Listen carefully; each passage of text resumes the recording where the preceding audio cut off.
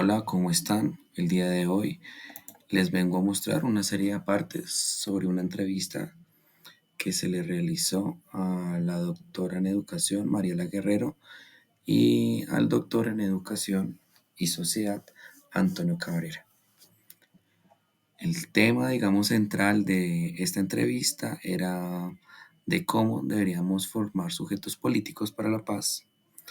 Este reportaje pues se realizó en la ciudad de Bogotá. Vamos a hacer una pequeña introducción y después les dejaré los apartes de los momentos más interesantes de esta entrevista. Bienvenidos.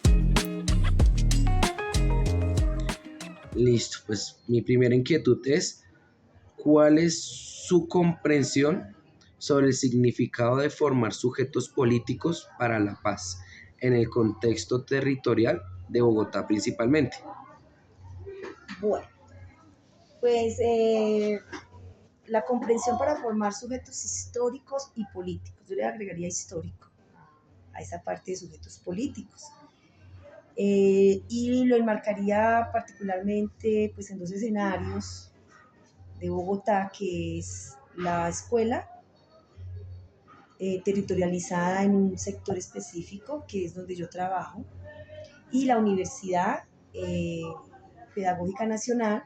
Menciono, digamos, estos dos escenarios dentro de la ciudad de Bogotá, pues porque son los espacios donde yo me muevo, donde yo puedo evidenciar, pues cómo poner en práctica esa posibilidad de un sujeto político e histórico que pueda ayudar con el tema de la paz.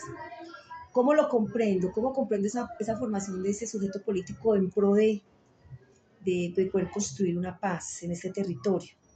Pues desde la parte pedagógica se pueden plantear muchos objetivos, se pueden plantear muchas estrategias, pero cuando realmente se tiene el contacto con estas niñas, niños y jóvenes, que es con la población que yo me muevo, logro entender que más allá del discurso, de los textos, de las estrategias, de los planes de trabajo que uno pueda tener pensando en la construcción de ese sujeto político, entendiéndolo como un sujeto crítico, pero para ser crítico tiene que ser un sujeto que esté consciente de su propia realidad, quién es él, como diría Paulo Freire, una conciencia de sí mismo, una concienciación de quién es él como sujeto, como individuo, pero quién es él en términos de su papel social, ¿sí? Como sujeto social. Y desde ahí, entonces, ¿cuál es la labor que él tiene que cumplir o cuál es el compromiso que tiene con eso social en términos políticos, pero también con la memoria en términos históricos?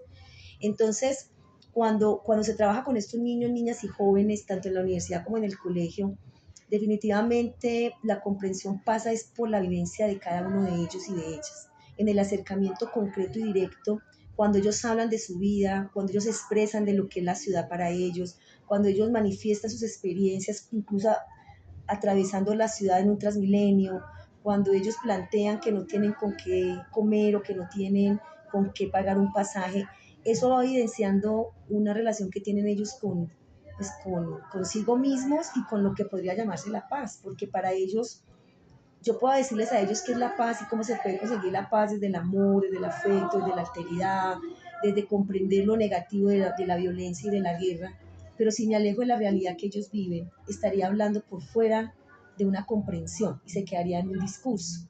Yo siento o entiendo que la única manera es a partir de la propia realidad que ellos tienen, para entender esos dolores que ellos tienen, esa rabia que cargan, ese resentimiento que se va generando, que si lo vemos a nivel nacional y si lo vemos a nivel local, es la causa o pueden ser las causas de los enfrentamientos, de los conflictos que se generan luego en violencias a nivel local, a nivel barrial, a nivel familiar y que eso también se denota en términos nacionales. Entonces, yo lo comprendo desde un acercamiento directo con ellos, conociendo sus propias vidas, sus propias experiencias, para ellos y ellas qué es la paz, más que yo llegarles con un discurso sobre la paz, ¿sí?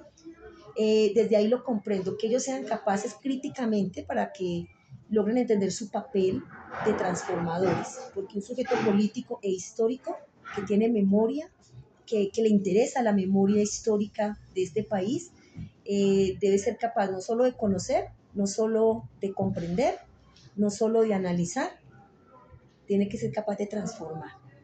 y ahí me parece que es como lo esencial. Ok, doctor, entonces, con esas tres habilidades, digamos, ¿cuál sería para ti la más importante? No sé, puede ser de pronto la crítica o como esa capacidad que tú dices de ponerse en el otro o el conocimiento de nuestra historia. ¿Con cuál te quedarías como la más importante? Es que para mí se relacionan, Ok, para mí están relacionadas.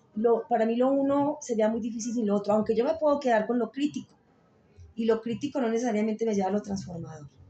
Cuando yo digo sujeto histórico, yo lo miro como un sujeto transformador, porque yo puedo ser un sujeto político y tener el conocimiento y tener claridad de las cosas y saber las causas y saber cómo se podrían cambiar, pero no hago nada para cambiar. Me quedo en la mitad del camino, entonces no solo sería lo crítico. Pero ok. si no tengo lo crítico, difícilmente voy a poder entender cuáles son las condiciones objetivas y condiciones subjetivas que me hacen entender por qué pasa lo que pasa y que sí puedo transformarlo como sujeto histórico. Entonces es necesario también eso. Y también esta parte de la alteridad, ¿sí?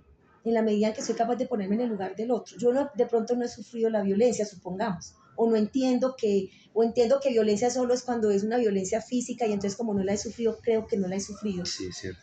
Y no me pongo en el lugar del otro. No hay esa compasión desde la fraternidad. Entonces está como relacionado. No soy capaz como de decir que solo con esta, ¿sí? Creo que la una necesita de la otra. Listo, muchas gracias.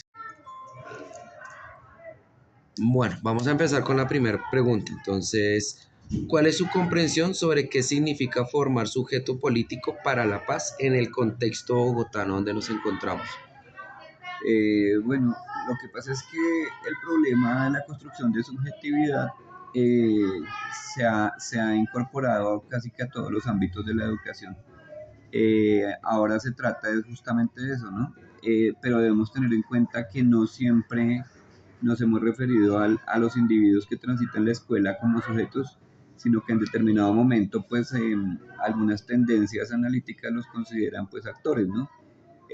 Pero teniendo en cuenta esta inscripción que se ha hecho a partir, pues, de las posturas postestructuralistas de la línea Foucault, si pensamos que la construcción de subjetividad es algo complejo en el sentido en que está mediada por referentes de tipo cultural, por la misma condición social y dentro de la escuela por dinámicas demasiado arraigadas. Dinámicas que puede que movilicen un relato o que puede que movilicen unas representaciones relacionadas con esa idea que la misma escuela tiene de paz, pero que no se compadece con las prácticas mismas que pues son autoritarias, ¿no? O que son bastante punitivas todavía. Entonces, me parece que la dinámica se hace compleja porque es un relato con una aspiración de lograr unos niveles de convivencia, pero dentro de unas prácticas muchas veces de imposición y de tolerancia y de intolerancia. Lo que se hace necesario es transformar las dinámicas relacionales de la escuela, no tanto las dinámicas de gobierno del estudiante, como las dinámicas mismas de enseñanza, entendiendo que estas solamente cobran sentido cuando se vivencian. Entonces estamos en una escuela con relatos nuevos sobre la paz, pero con prácticas antiguas, y eso me parece que es una contradicción en sí misma. Uh-huh.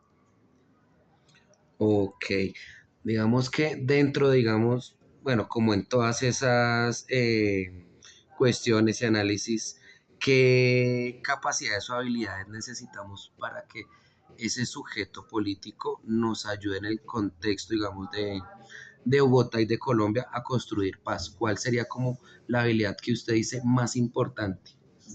Entender la educación como desarrollo de capacidades y de habilidades es básicamente un ejercicio, digamos, de carácter instrumental. La construcción, por ejemplo, de subjetividades que se articulen con una idea de paz, que construyan su misma idea de paz y que la impulsen, pues está mediada más, más que por capacidades, pienso yo, por la construcción de cosmogonías, de miradas sobre el mundo. Estas miradas sobre el mundo básicamente son el resultado de interacciones que se pueden establecer entre posturas, digamos, analíticas provenientes de la investigación, provenientes del análisis, con las aspiraciones o el sentido también que los mismos estudiantes puedan encontrar. El docente jugaría un papel de mediador, ¿no? El docente jugaría un papel de mediador Y esta mediación pues nos lleva básicamente a romper con dos, me parece a mí, miradas que imposibilitan la construcción de subjetividades de paz en la escuela. Una es la perspectiva que han llamado algunos investigadores de carácter voluntarista, es decir, la paz en esa lógica sería el resultado de la voluntad de paz. Y la otra básicamente es absolutista, ¿no? Entonces, o la paz es absoluta o no es paz. Entonces, frente a la primera, lo que tenemos nosotros básicamente frente a la primera, básicamente entendemos que la paz no es el resultado de una voluntad o de una sumatoria de voluntades individuales, sino que la paz básicamente es la construcción de escenarios, de espacios donde se vivencien, por ejemplo, el respeto por los derechos humanos, donde se articule, por ejemplo, con memorias fuertes, digamos, que han tenido que ver con la guerra, pero no solamente para la construcción de unas discursividades pues, que en las escuelas se reflejan por la vía escrita o por la vía de las exposiciones que hacen los estudiantes, sino en términos como de lo relacional. No, digamos, en nuestra experiencia hemos tenido mucho el caso de estudiantes que pueden movilizar un discurso, pero su práctica es de intolerancia. Sí, sí. Entonces, por un lado eso. Y por otro lado, la idea absolutista de paz imposibilita la construcción de paz. Recordemos, por ejemplo, a Kant cuando nos habla de la paz imperfecta. Entonces, al hablarnos de la paz imperfecta, nuestros estudiantes tienen que entender que la paz no es ausencia de conflicto, que la paz, digámoslo así, no es la supresión de la diferencia, sino que es básicamente el aprender a convivir con eso, pero esa aprender a convivir implica una comprensión profunda del otro. O sea, más que una forma de ser, es una forma de comprender al otro. Entonces, desde esa lógica, particularmente la tesis doctoral mía que tenía que ver con este mismo problema que estamos tratando, partía de una hipótesis central, y es la construcción de paz pasa obligatoriamente por una comprensión profunda del conflicto o de la diversidad de conflictos que existen. Entonces, cuando descifro, por ejemplo, las diferentes teorías explicativas del conflicto armado en Colombia, por ejemplo, ya puedo establecer unas propuestas un poco más aterrizadas, que como decía hace un rato, se escapan del voluntarismo y rompen con el absolutismo. Entonces, el estudiante puede comprender, por ejemplo, procesos en el orden de lo regional, ¿no? No es la paz en Colombia, sino procesos particulares, por ejemplo, en determinadas regiones en donde disminuye la intensidad del conflicto, particularmente del conflicto armado, en otras no tanto, pero esto obedece a causas que van desde el orden histórico, la instauración del modelo económico, las dinámicas mismas, por ejemplo, del narcotráfico, de los otros recursos que se utilizan para la guerra, las implicaciones, por ejemplo, de naturalización de la violencia que se han hecho en algunas regiones más que en otras. Entonces, vuelvo y digo, planteando las variables de construcción de paz como problemas socialmente relevantes, inscribiendo esos problemas socialmente relevantes dentro de dinámicas del orden didáctico, pues que sean acorde a las posibilidades de comprensión y de construcción de nuestros estudiantes. Uh-huh. Bueno, digamos que viendo otra parte frente a este tema, quisiera saber qué experiencias tú has tenido o que hayas visto en las cuales tú hayas trabajado, donde estos procesos de construcción de ciudadano político hayan aportado la paz, que tú hayas dicho, esta experiencia ha sido muy significativa o en la cual tú hayas de pronto participado. Bueno, en términos de, digamos, como de proyectos concretos acá en Bogotá, yo hice parte de un proyecto que se llamaba Memoria, Seminario de Memoria y Conflicto en Colombia, que fue en el espacio escolar de un colegio acá en el sur de Bogotá.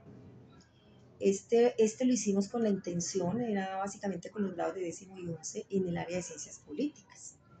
Y lo hicimos precisamente con la intención de formar sujetos políticos y sujetos históricos, de desarrollar esas habilidades de pensamiento crítico y desde la memoria, poder con los estudiantes empezar a trabajar, bueno, cuáles son esas causas que han generado los conflictos en nuestro país, que luego se han derivado en los conflictos más locales, más barriales y en los propios conflictos familiares y conflictos consigo mismo.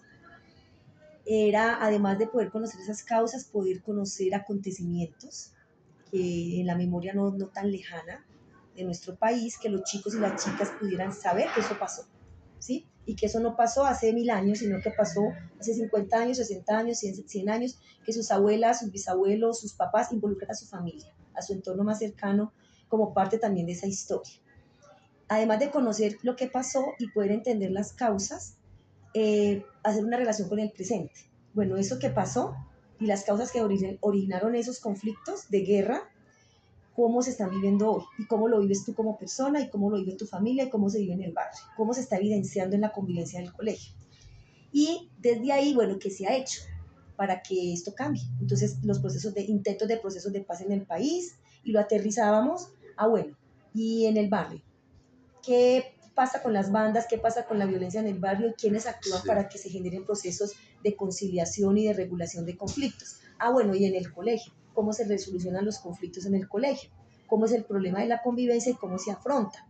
Entonces empezamos a hacer este trabajo haciendo lo local y lo macro y lo micro, desde la vida de ellos, pasando por la familia, para poderlos implicar y poder ver que el tema de la paz era un tema que empezaba consigo mismo, en la medida en que primero conocía qué pasaba, por qué pasaba, y que entonces era necesario actuar para que mi vida cambiara, mis emociones se transformaran y pudiera cambiar pues muchas cosas. Ese proyecto fue bien bonito, lo trabajamos durante 4 años, fue conocido a nivel no solo de la institución, se involucraron en primera instancia los chicos de 10º y 11, pero luego, y en sociales, luego se involucraron otras áreas, entonces fue un trabajo interdisciplinar, arte, la parte del lenguaje, ¿sí? de humanidades y sociales, y luego salió del colegio, fue conocido en la localidad y fue conocido a nivel nacional. Poco a poco fue creciendo. Sí, fue creciendo, los chicos se sentían muy, digamos, muy partícipes. De hecho, el trabajo se hacía con ellos y con ellas. Invitamos papás, invitamos gente externa, ya estuvo Centro Memoria, estuvieron presentes víctimas del conflicto armado en Colombia, que fueron a contar a nuestros jóvenes la importancia de la paz, la importancia de por qué había que conocer la verdad y por qué había que generar un proceso de reparación y reconciliación. Estuvo también presente otro tipo, digamos, de violencia, que fue el tema del feminicidio. Entonces estuvo la hermana de Rosalvira Celi, hablando también desde el asunto de lo que implica aprender a perdonar a alguien, pero desde la justicia también. O sea, que no era posible hablar de paz cuando no hay justicia. Esto le ayudó mucho a los chicos para entender pues también que estamos en un país donde no solo es decir hay que hacer paz, sino que hay que entender que los que generan la violencia, primero comprendan que están generando violencia, se entienda también cuáles son los causantes para que se intervengan esas causas de la violencia, y poder entonces hablar de que hay que construir una paz con justicia social. Y mientras haya rabia, mientras haya resentimiento, mientras haya ganas de venganza, es muy difícil construir paz. Entonces, el hablar con estos testimonios posibilitaba que los chicos entendieran que hay que aprender a perdonar para poder hablar de paz. Fue muy interesante ese proyecto. Digamos que es el que yo nombro porque pudimos ver resultados, ¿sí? Incluso estudiantes que salieron de esos seminarios hoy son abogados y están trabajando o hacen parte de comisiones de derechos humanos o están metidos. Oye, eso es muy interesante porque quiere decir que ahí se sembró la huella. Empezaron desde la escuela alrededor de todos estos temas y ahora ellos defienden las mismas, por decirlo así, banderas que ustedes les sembraron en algún momento. Me parece muy interesante. Sí, por eso nombro esa en particular, porque hay evidencias de que el proceso fue bonito, fue difícil, fue de muchos aprendizajes, pero dejó resultados. Y que uno espera que ahorita ellas y ellos, en lo que están haciendo, están sembrando también las semillas de pensarlos en una paz, pero no como discurso, en una paz desde cosas reales. Muchas gracias. Bueno, siguiendo, digamos, con esa línea, y ya que usted en la última parte de la explicación nos cuenta de algunas experiencias, ¿cuál ha sido, digamos, esa iniciativa exitosa o esa experiencia que usted ha identificado que ha ayudado muchísimo a esa formación de sujeto político para la paz? Bueno, particularmente en la docencia universitaria, en los años que tuve como la posibilidad de trabajar en la universidad pedagógica, me parece que haber hecho parte durante algún tiempo de la línea de formación política y memoria social, que era una línea de práctica para los estudiantes de últimos semestres de ciencias sociales, me parece que es un ejercicio de construcción de paz.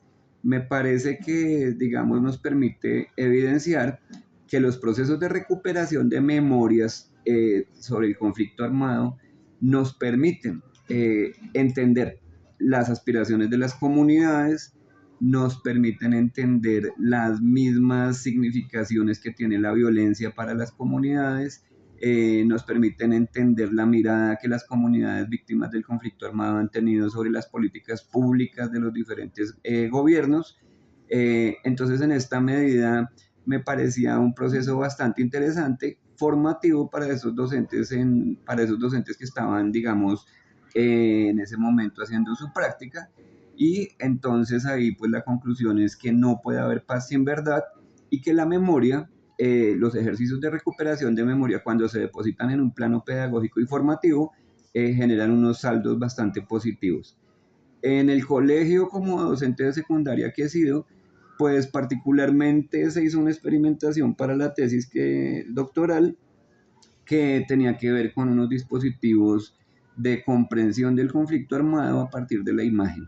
Básicamente la reconversión del icono en logos, es decir, la construcción de textos a partir del análisis de diferentes imágenes que circulaban tanto en el cine, en la caricatura, en algunos medios de comunicación, y con algunas metodologías prácticas, digámoslo así, que nos permitían, digamos, abrir espacios amplios donde los estudiantes podían no solamente representar lo que comprendían, sino hacer un ejercicio de carácter proyectivo. La conclusión, digamos, no era el mundo feliz, sino la conclusión era básicamente que se entendiera la magnitud que tiene la construcción, por ejemplo, de sujetos que se comprometan con la paz, ¿no? Se entendía eso básicamente como un algo complejo. Entonces esas han sido como dos experiencias que me han parecido importantes. Uh-huh. Bueno, también en todo este proceso de construcción, digamos, de sujeto político, pues también hay como unas contrapartes. No necesariamente se pueden mostrar como alguien que está en contra de la paz, pero si quiere, digamos, que estos procesos no se vean o no transformen lo que la sociedad espera. Entonces estamos hablando acá de forma generalizada como el sujeto violento, desde cualquier aspecto que podamos evidenciarlo. Entonces quisiera saber desde tu punto de vista cómo podemos acoger y empezar a transformar ese sujeto violento para que permita la transformación de esos procesos de paz aquí en Colombia y pues a nivel local. ¿Cómo podríamos hacerlo? Bueno, es una pregunta bastante compleja porque me lleva nuevamente a pensar desde mí misma, ¿no? Eh, Se dice que Colombia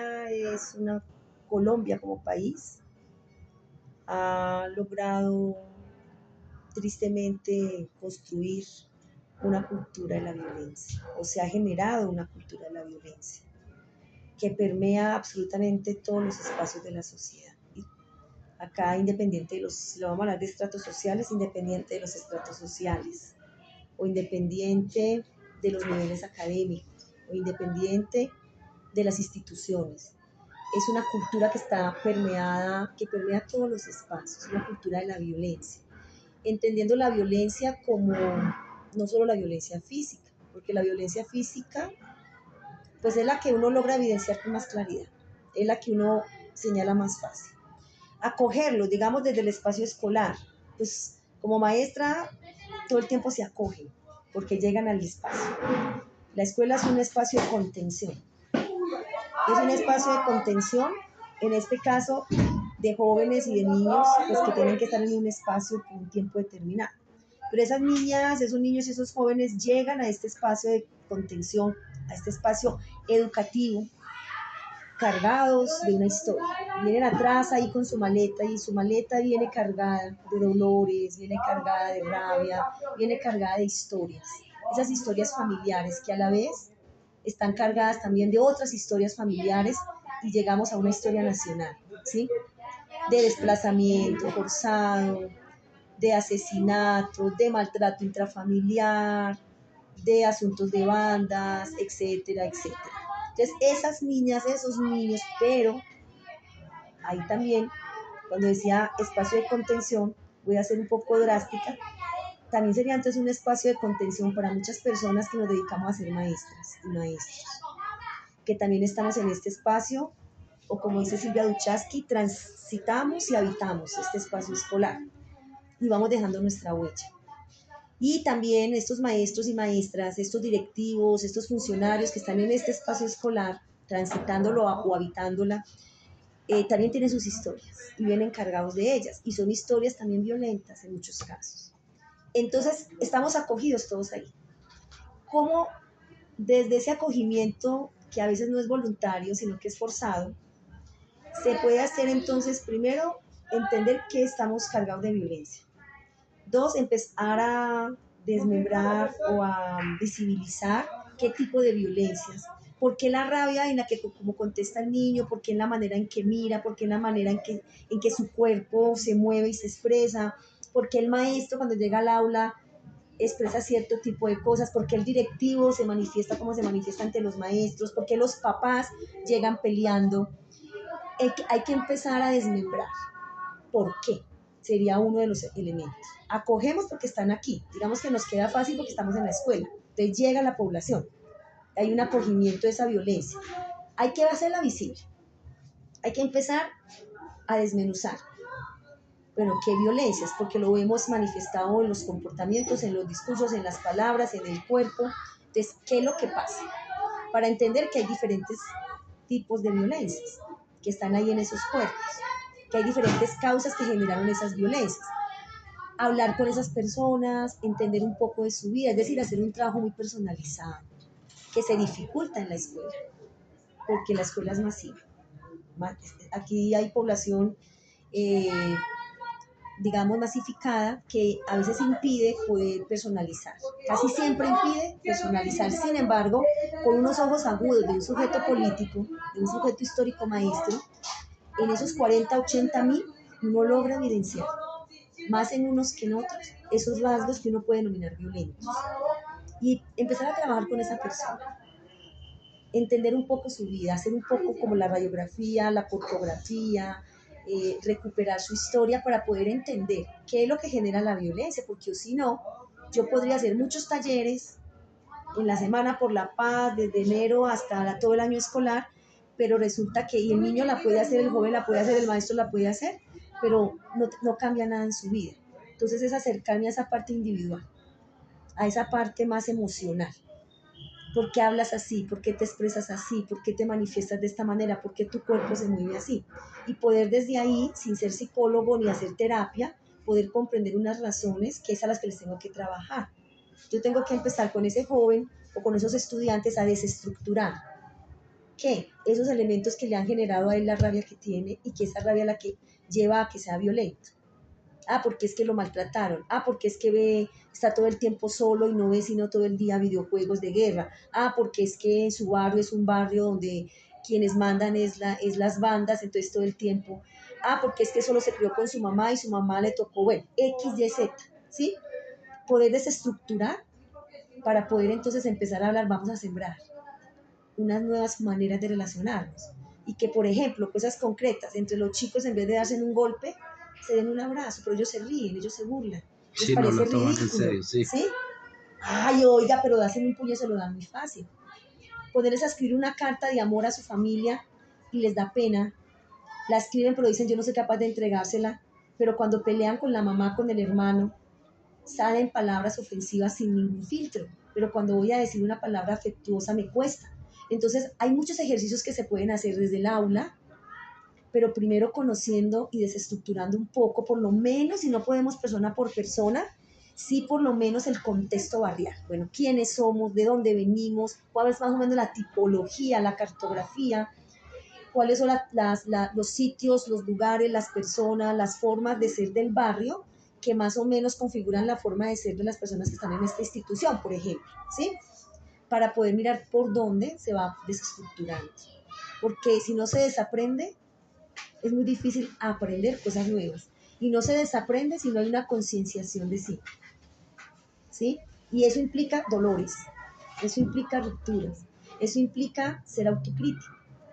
Y uno, como decía ahorita, uno no solo es violento con la fuerza física, no solo es violento con un insulto.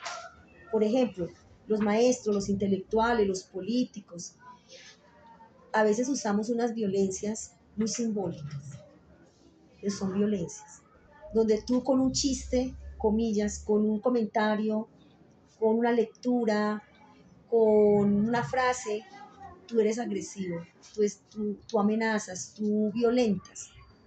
Posiblemente el otro que está ahí sentado o que te está escuchando o para quien va dirigido no lo percibe, pero hay violencia. Ah, listo, con ese adulto, digamos en este caso en la escuela, con ese maestro, pues también tocaría empezar a hacer ese trabajo, porque si no se hace por todos los ámbitos, por todos los lados, ¿cómo se va a construir paz? ¿Sí? O sea, y por eso la cosa es complicada. Yo diría que de los asuntos que ha imposibilitado construir paz en este país es que se cree que la paz se decreta. La paz se construye, no se decreta. Y la paz se construye con acciones, no con discursos. Y en las acciones es donde nos dificultamos, a veces no porque no queramos, sino porque no sabemos. No sabemos. Mire, yo doy este ejemplo que me parece muy bonito. Yo hablaba con unos estudiantes de séptimo, les decía, venga, es que a dar afecto se aprende. Dar afecto es un asunto de aprendizaje. Posiblemente tú no sabes dar afecto porque no has recibido afecto. Pero si te abres un poco y aprendes a recibir el afecto que te están dando, aprendes también a darlo. Y les ponía el ejemplo de un gato. Yo recogí un gato de la calle, nació en la calle, totalmente agresivo. Yo empecé a darle afecto y me mordió 3 veces. Y yo no lo tiré a patadas a la calle, porque es que yo entendí que él no sabía recibir afecto y no sabía dar afecto porque todo el tiempo había recibido violencia. A la tercera semana ya no me mordió cuando lo abracé, pero yo tampoco lo invadí. Le di su espacio, porque hay que también dejar que el otro sea capaz de dar el afecto a su manera. Y yo no invadirlo y decirle que lo tiene que dar como yo lo doy. Y hoy el gato da afecto a su manera, yo lo entiendo y se lo recibo, y él recibe también mi afecto, pero tiene límites. Entonces, eso nos pasa en los espacios donde nos movemos. A veces queremos llegar, entonces se institucionaliza la Semana por la Paz, la Cátedra de la Paz, la paz, la paz, la paz, y hacemos palomas y hacemos afiches, pero luego con una palabra, con un gesto, con una indiferencia, con un no me importa un pepino, disculpa la palabra, rompemos todo eso que hablamos en un discurso o en un taller que podamos hacer, ¿sí? Entonces, las acciones tienen que ser acciones donde yo no imponga al otro mi forma de ser, sino que juntos construyamos. Yo diría que ese es el camino, juntos construir. ¿Y cómo construir juntos? Es bastante difícil. Somos intolerantes, rechazamos la diferencia, atacamos la diferencia, nos volvemos extremistas, nos volvemos mesiánicos, creemos tener la verdad de un lado o del otro, nos imponemos, es decir, no nos escuchamos. Y si no nos escuchamos, si no soy capaz de verme en el otro, Paulo Freire decía, es muy fácil ir a atacar al policía y decirle tirano, pero ya atacamos a nuestro propio policía, al autoritario que tenemos dentro de sí. Sí. Es más fácil señalar para afuera. Y él decía, primero mirémonos adentro, conozcamos quiénes somos y empecemos a cambiar nosotros, para luego sí mirar cómo coayudo para que eso que es violento por fuera pueda transformarse en algo diferente. Muy bien, bueno, doctora Mariela, la verdad, me quedo con esa última frase que nos expresaste. La paz no se decreta, sino la paz se construye. Me parece que esa es como una muy buena enseñanza, digamos, de todo lo que nos dijiste, donde podemos empezar nosotros a tomar como bases, posturas y militancias para la construcción de estos sujetos políticos. Muchas gracias, muy amable por acompañarnos esta mañana. Muchos éxitos y bueno, esperamos vernos en otra ocasión para un siguiente programa. Muchas gracias. Ok, muchas gracias a ti. Bueno, teniendo en cuenta pues esa última parte de como esas barreras o esas dificultades que usted ha tenido o ha podido observar frente a la construcción de los sujetos políticos para la paz, pues también hay una parte muy importante que es al que se le conoce como el sujeto violento. Entonces, desde su opinión, ¿cómo podemos acoger o transformar al sujeto violento para que permita la creación de sujetos políticos para la paz? O mejor aún, que él se vuelva un actor en esa construcción de paz. Sí, no apuntándole al sujeto, sino al escenario que habita el sujeto. Entonces vuelvo un poquito al principio. Las tendencias de investigación en pedagogía toman como uno de sus principales puntos de preocupación la subjetividad, la interioridad del individuo. Otros autores no de esa línea, incluso gente por fuera de la pedagogía, politólogos, por ejemplo, como David Easton, entienden básicamente la relación social, el escenario del orden social. Entonces, en esta medida viene esa pregunta dialéctica si, del individuo, si es el individuo, desde su subjetividad, el que configura espacios, escenarios, o si más bien son estructuras macro las que afectan el comportamiento de los individuos. Yo considero que cuando se configura particularmente dentro de una escuela, pero eso también podría proyectarse para la sociedad, una dinámica relacional, ¿cierto? De respeto, de exigibilidad de derechos, de comprensión de lo que nos conviene de nuestra misma condición social, entonces transformamos escenarios. Y los escenarios van a ser los que transformen tanto el pensar como el actuar de nuestros estudiantes. Entonces sacaría yo, o saqué particularmente hace mucho tiempo de mis reflexiones, el problema de la subjetividad y localicé con más fuerza el problema de la relación desde las teorías mismas de la acción del actor social, ¿no? Entonces, sí es más pensando en los escenarios, pensando, por ejemplo, en las simbologías compartidas, pensando en las prácticas institucionalizadas, pensando en incluso estos rituales de la escuela, en las mismas formas de disponer a los estudiantes en el aula, en todos estos escenarios, que está la clave, ¿cierto? Y está, digamos, más o menos evidenciado que cuando te transformamos escenarios, pues los individuos empiezan a actuar de una manera bastante diferente. Me parece que más que individuos de paz o que subjetividades de paz, lo que sí podemos construir es escenarios pues que van a determinar, incluso diría yo, los comportamientos de las personas. Hombre, doctor, muchas gracias. En este caso, pues me quedo, digamos, como con dos momentos o dos frases de esta entrevista, en el cual pues me parecen como muy importantes para resaltar, es la paz como un espacio para construir derechos humanos. Entonces es un punto muy importante para que nosotros podamos como reflexionar desde sus aportes. Y otra también que me llama mucho la atención es comprender el conflicto desde el discurso. Entonces, muchas gracias, doctor Antonio, por habernos acompañado en esta ocasión y por ilustrarnos frente a este tema. No, Camilo, con mucho gusto. Bueno, con estos apartes los dejo para que pues, ustedes también puedan hacer una reflexión de cómo podríamos ayudar a construir o a formar, como se pueda plantear, ese sujeto político y que ese sujeto político también pueda aportar a la paz. Hemos visto dos miradas, una mirada un poco desde la estructura y la crítica a esa estructura y de cómo podemos definir la paz, que la paz tampoco puede ser un proceso de imposiciones, sino más bien de diálogos. Y por otro lado, vemos cómo ese sujeto político también se puede construir a través del territorio, a través de la participación, a través de la lucha o integración de las comunidades y sus vivencias diarias.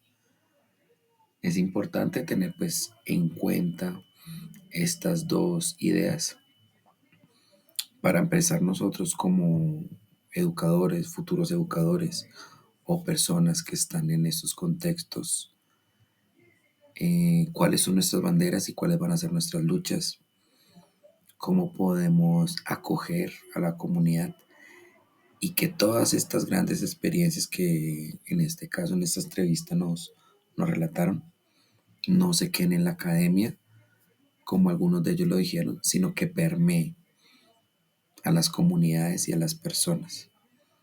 Y después de que permee, que se vuelvan replicadores de esos comportamientos o acciones para gestionar mejor los conflictos y poder llegar a esa paz, una paz donde no se habla de cero conflictos, sino como esa capacidad que tenemos nosotros como sociedad de, a pesar de tener el conflicto, también tenemos las herramientas para poder acabar o darle una medida o una correcta solución a esos conflictos.